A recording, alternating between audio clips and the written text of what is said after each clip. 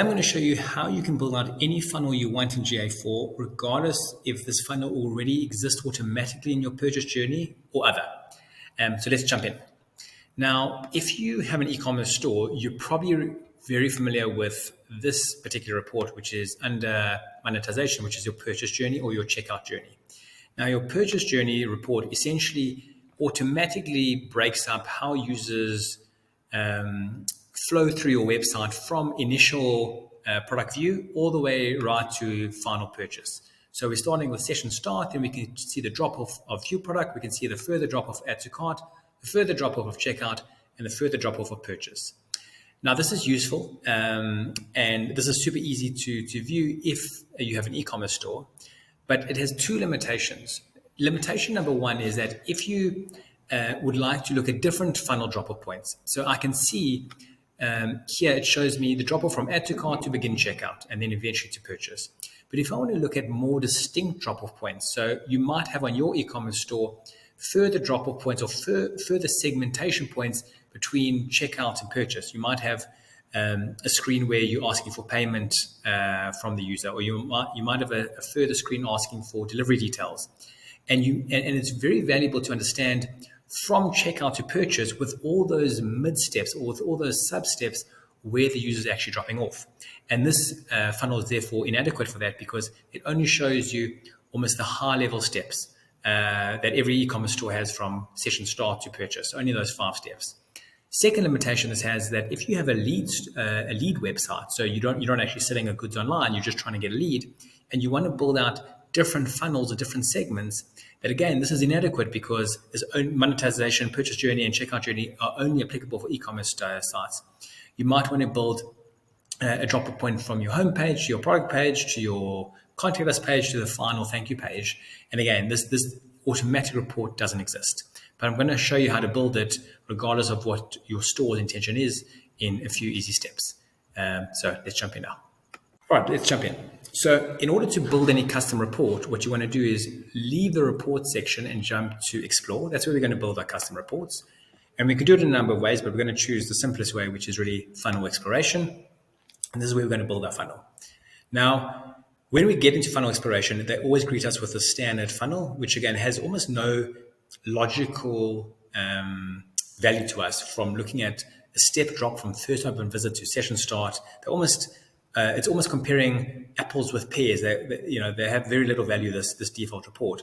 So we're going to scroll down to look at the steps that currently exist, and we're going to literally delete them all one by one. Now we're going to build our own steps to actually build our own funnel here. And I'm going to show you how to build steps in 2 different ways. The more complicated ways, but sometimes it has value in doing this, is actually to use the actual page URL. So we're going to start with that just to make it more difficult for ourselves, because there might be some use cases where it's more valuable to do this. And we're going to call this add to cart. And we're going to type in page, sorry, let's type like this, page path and query string. And this essentially allows us to add any particular page by URL. Now, I don't know exactly what this page's URL, so I'm just going to type in basket, and I'm going to say contains. Just the Google Merchandise Store in specific, or in particular, calls the add to cart basket, which is why I'm typing basket. Most likely, if you have an e-commerce store, you're going to actually use add to cart. And we're going to click apply. It's going to populate my step, and it's always quite a good idea to have a look at the number of users in the step and just almost double check that with some logic. Does that seem reasonable? I have seen their purchase journey drop off stage, so I've seen this is the right number. But if you have 96% of users that our audience has shown have added to cart, we've probably defined it incorrectly. But it makes kind of sense that 8% of our users, or 7.78% of our users, have added something to the cart. Let's continue add the next step. Now, I'm going to add checkout as the next step. And of course, we have this report already in the purchase journey, but I just want to show you how to actually build any report. It might not be the checkout abandonment you're trying to analyze. It might be just, the drop off from looking at a green shirt to get into your cart stage. But I'm just going to show you this to illustrate the point. Now, the next step I'm going to build out is checkout. And I'm going to do this in a simpler way. Again, I showed you the more complicated way first because there might be some edge cases that it's valuable to do it like that. But I'm going to show you this in a super simple way. And I'm just going to type in page title. And GA4 automatically will recognize your page title. So I'm going to just type in checkout. I'll see all the different variances that come to checkout. And I like doing it like this because it actually sometimes shows me steps that I'm not almost aware that exist. So I can see all the different checkout stages that exist already defined by GA4. So we're going to say check out your information as the first step. And again, it's a much simpler way than actually trying to figure out the URL. So I'm going to click apply, and I'm going to call this check out your information just to match it correctly. And again, I'm just almost doing like a sanity check. Does this sound right? 3% of users. Yeah, it's definitely smaller than basket, which obviously makes sense. 3% of all users makes sense. So all good. And let's continue. Let's do one more step just to illustrate the point. And the next step we're going to do is, oopsie, let's just move this out the way. The next step we're going to have a look at is, let's look at another step. Let's say checkout payment and just kind of see how that funnel looks. And let's do the simpler way again, page title. I'm going to say checkout. Let's just see all the options that come up. And we'll have checkout review and payment. I'm going to click apply.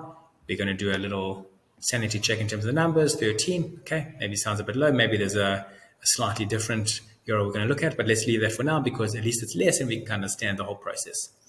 Now, before I click apply and before I'm saving my whole funnel, I want to just talk a little bit about this is indirectly followed by, because this is an important selection to choose, and I'll explain why it exists.